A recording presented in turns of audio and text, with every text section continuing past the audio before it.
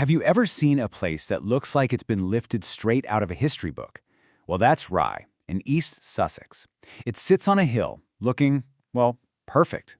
Perfectly preserved. But don't let that fool you, because its story is anything but peaceful. I mean, just look at it. At first glance, you'd have to say yes, right? You've got these cobbled lanes like Mermaid Street, the half-timbered houses leaning against each other. It is the absolute definition of an English fairy tale town. It's the kind of place that just pulls you in, making you want to get lost in its stories. But if you peel back that beautiful, picturesque surface, you find something else entirely, something much, much darker. This so-called fairy tale town was actually forged in war. It ran on a hidden economy of crime, and it's got a reputation for being one of the most haunted places in all of Britain. It's a town with two faces, for sure. So, let's dive into that first identity, Rye, the fortress. You see, its idyllic look wasn't born from peace and quiet. It comes from its crucial and often pretty brutal role as England's frontline defense. Its very existence was one long, constant battle.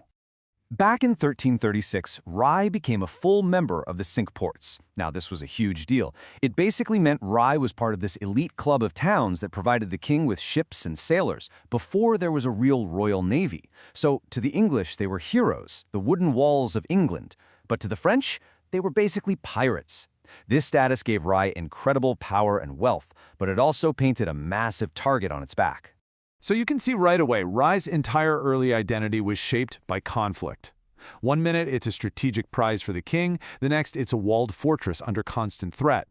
But the one event that really, truly defines the town's character, even today, that happened in 1377. Okay, so picture this. It's 1377, and a French fleet swoops into the harbor.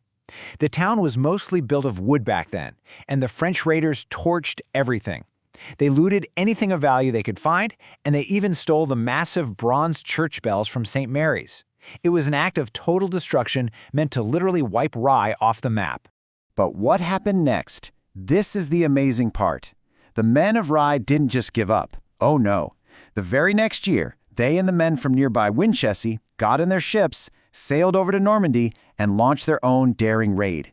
They burned French towns, and they not only took their own bells back, they brought some French ones home too.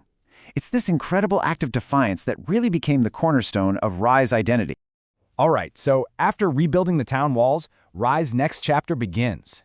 The big open wars were starting to fade, but a new kind of conflict started brewing inside the town itself. A secret world of smugglers, shadows, and secrets. So you've got these two versions of Rye living side by side. On the surface, you have the official town, run by respectable mayors and merchants. But then there's the shadow town.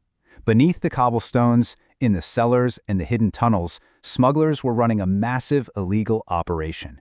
Tea, brandy, lace, right under the noses of the authorities. And this quote just says it all, doesn't it? It shows you just how brazen these guys were. The infamous Hawkhurst gang used the Mermaid Inn as their local haunt, and they weren't hiding in the shadows. They would sit right there in the open, loaded pistols on the table. They were so powerful, so feared, that the local law was either too scared or, let's be honest, too well paid to do anything about it. You know, a history that violent is bound to leave a mark. A town so full of secrets and brutality, it's gotta have a few ghosts, right? The very same Mermaid Inn where smugglers laid out their guns is now said to be haunted by their dueling spirits. The Ypres Tower, the old town jail, is supposedly home to the ghost of a murderer whose body was left to rot in a cage on the marshes. These stories, these echoes of a really turbulent past, they're woven into the very fabric of the town.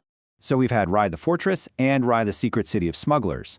But the final, and maybe the most important piece of its identity came from a really unexpected place: failure. See, the town's decline as a port ironically became the very thing that saved it. Turns out, Rye's greatest enemy wasn't an invading army. It was mud. Over the centuries, the river changed its course, and the sea slowly retreated.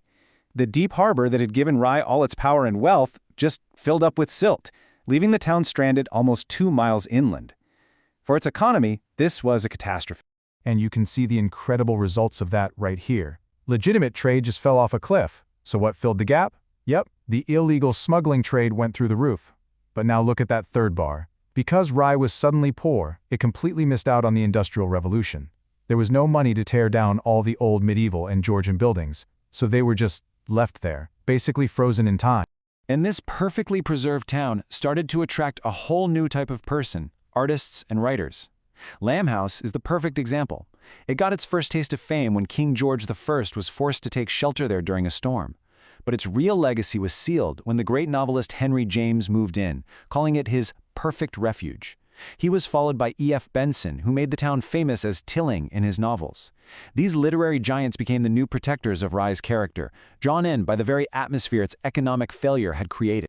So, how do all these different layers, the fortress, the secret town, the time capsule, all come together to create the place we see today? What is it really that makes Rye so magical? It's this incredibly dense layering of history.